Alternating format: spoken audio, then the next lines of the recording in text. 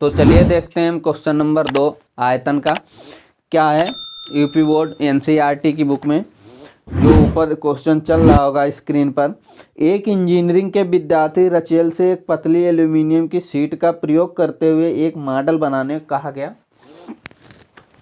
कोई इंजीनियरिंग का बेटा छात्र है और उससे एल्यूमिनियम की एक परत दी गई और कहा गया इससे एक मॉडल बनाना है तुम्हें, और उस मॉडल का आकार भी इन्होंने बताया है जो एक बेलन के आकार का हो, यानी उसमें बेलन भी आना चाहिए, और जिनके दोनों सिरों पर दो शंकु जुड़े हुए हैं, यानी एक ये बेलन है और इसके इधर और इधर क्या होना चाहिए, शंकु जुड़ा होना चाहिए। इस मॉडल का व्यास 3 सेंटीमीटर, जो मॉडल बनेगा पूरा उसका व्यास 3 सेंटीमीटर, या बोल सकते हैं बेटा हम जो ये फिगर चित्र दे रखा है उसमें से जो बेलन बीच में लगा हुआ है इस बेलन का व्यास 3 और शंकु का भी व्यास 3 सेंटीमीटर होगा। फिर कहा गया इसकी लंबाई, यानी ये जो चित्र बन के आया है इसकी लंबाई लिखिए कितनी, 12 सेंटीमीटर। यदि प्रत्येक शंकु की ऊंचाई 2 सेंटीमीटर और जो नीचे ऊपर ये शंकु लगे हुए हैं इनकी प्रत्येक अलग अलग की बात की जाए कितनी ऊंचाई, 2 सेंटीमीटर। तो रचेल द्वारा बनाए गए मॉडल में अंतर्विष्ट हवा का आयतन ज्ञात कीजिए। बेटा ये पूछा गया है कि इस मॉडल में जो रचेल ने बनाया है उस मॉडल में हवा का आयतन कितना आ जाएगा। चित्र से आप लोगों को दिख रहा होगा क्या है कि ऊपर 2 शंकु जुड़े हुए हैं, बीच में ऊपर शंकु नीचे शंकु और बीच में बेलन है। पूरे की ऊंचाई 12 सेंटीमीटर दे रखी है, जिसमें शंकु की ऊंचाई जो है वो प्रत्येक की 2-2 सेंटीमीटर है। या अगर हम बनाना चाहें अलग से देखो दूसरा फिगर तो कुछ इस तरह से बनेगा।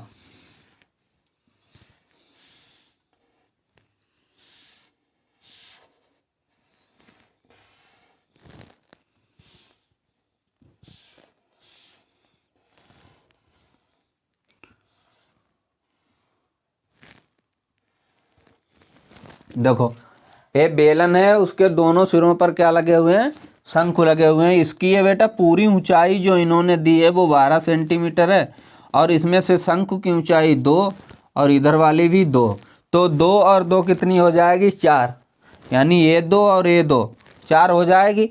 और बीच में लगा हुआ बेलन, अगर इस शंकु की ऊंचाई को हम घटा दें टोटल ऊंचाई से तो हमें बेलन की ऊंचाई पता चल जाएगी। तो 12 से 4 जाएगा 8, कितनी बचेगी, 8। एक इसकी ऊंचाई हो जाएगी बेलन की।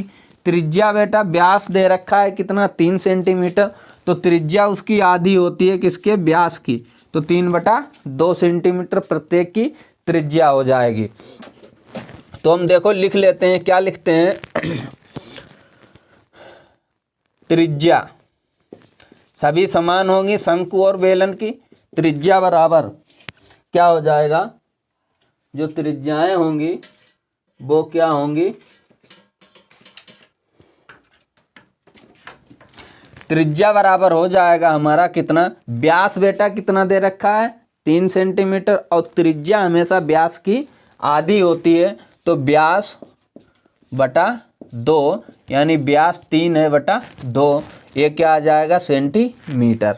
ठीक, अब बेलन की ऊंचाई, क्या बेलन की ऊंचाई कितनी है, टोटल ऊंचाई 12 माइनस ये शंकु लगा है, ये शंकु लगा है, 2-2 हो जाएगी, 4 शंकु की कितना आएगा, 8 सेंटीमीटर, ये बेलन की ऊंचाई आ जाएगी।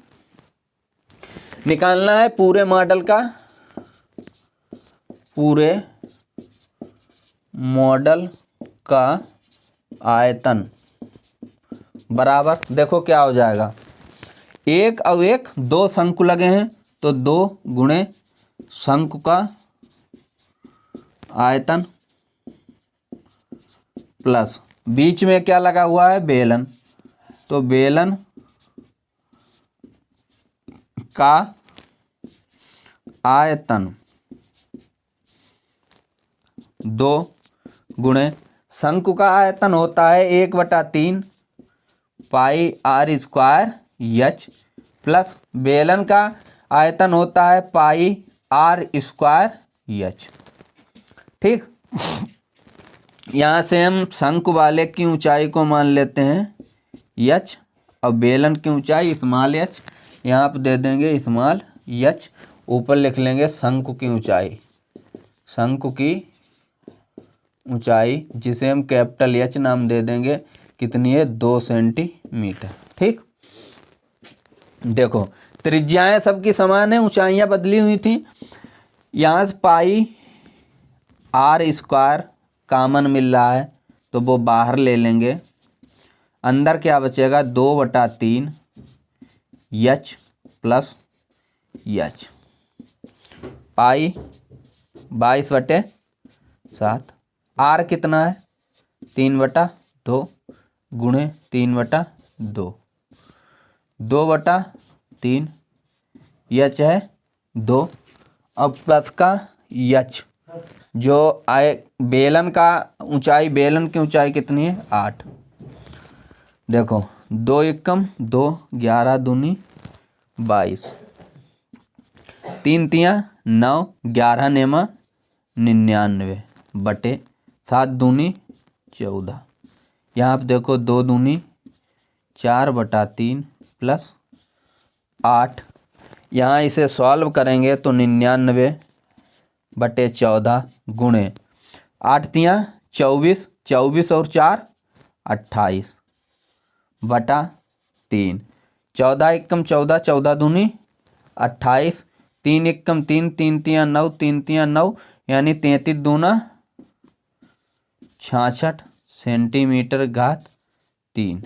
ये क्या आ जाएगा रचेल द्वारा बनाए गए मॉडल का आयतन। तो आशा करते हैं क्वेश्चन समझ में आया होगा, तो वीडियो को करिएगा